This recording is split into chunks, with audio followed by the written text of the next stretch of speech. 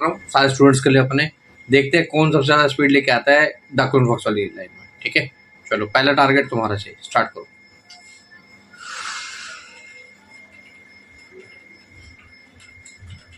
8 line है।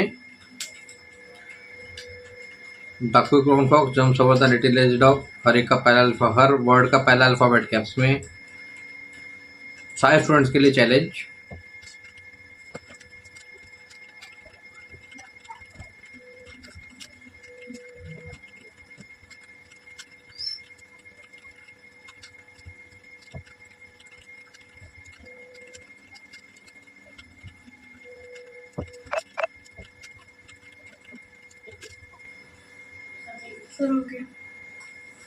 कितने? 1 minute 39 second ये चैलेंज है। बाकी मेरे बाकी स्टूडेंट्स के लिए जो चैलेंज को तोड़ेगा सैटरडे तक उसको मिलेगा